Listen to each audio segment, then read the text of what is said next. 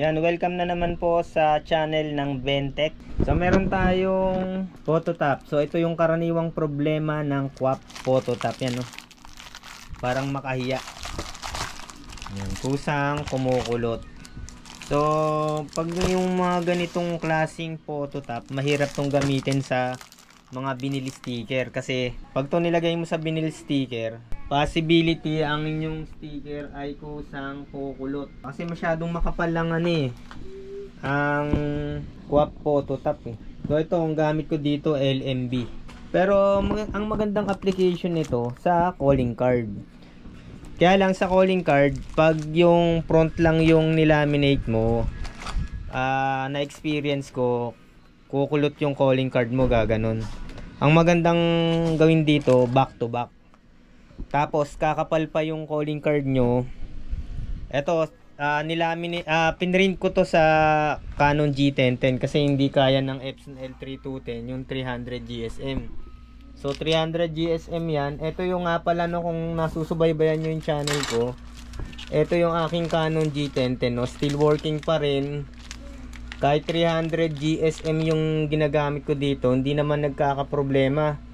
So yung upload ko dito ng G1010 ko, anong months pa yun? At i-check ko kung anong year yung anong months ko in-upload yung G1010 ko.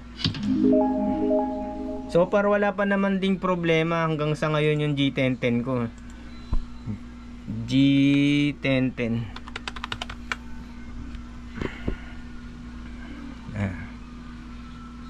G1010.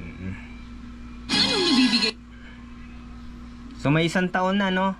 Isang taon halos na yung aking G1010. Tapos ang ink ko na ginagamit dito, Inkrite. Yan, tapos yung black, original na black, no, original ink ang ginagamit ko, yung colored Inkrite kasi ang original ink niya ay pigment. Yan ang pigment.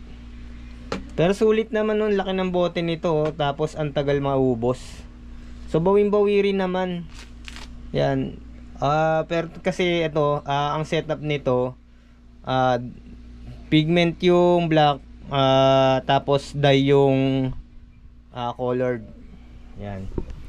So wala namang feedback sa akin na no, sa calling card lang tsaka sa mga ko ginagamit to sa invitation, basta yung makakapal.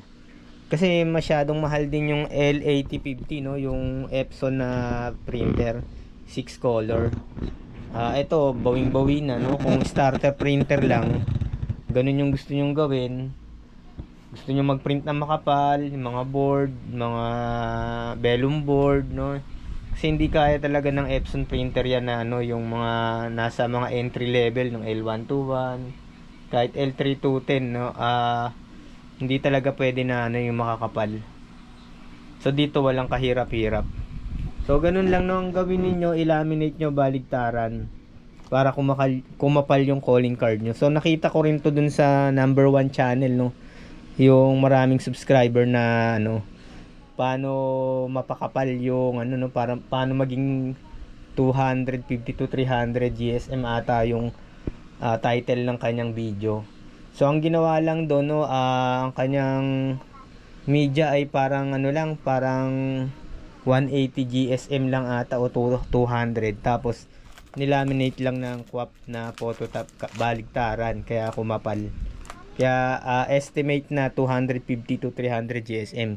Pero kung ito 300 GSM na, tas nilaminate mo pa nito, mas makapal, no. Estimate na 400 GSM pag na-laminate na. So pang ilang na rin sa akin to, repeat na lang to repeat order na lang to Yan. Yan, ganun lang yung ginagawa ko. Ito lang talaga problema ng nitong QAP. Yan, no. Wala naman akong ginagawa diyan, naka-stack lang yan diyan, no. Pero tingnan niyo nangyari, no. Kulot na, oh. Kulot na siya ngayon. Yan, pag yung binili sticker nyo kulot din ganyan, hirap isa lang yan dito sa printer, no? Possible yan na sumabit sa head. Gaganunin mo pa, no, para hindi sumabit. Yan. So yan lang po mga ka-printing, alam ko nag-content na rin ako tungkol dito sa ano, nag-laminate ako ng ano, ng calling card. Tapos nilaminate ko ng baligtaran. So pwede rin yung ano, pwede rin gamitin yung smooth film, no? Kaya lang mas manipis yun.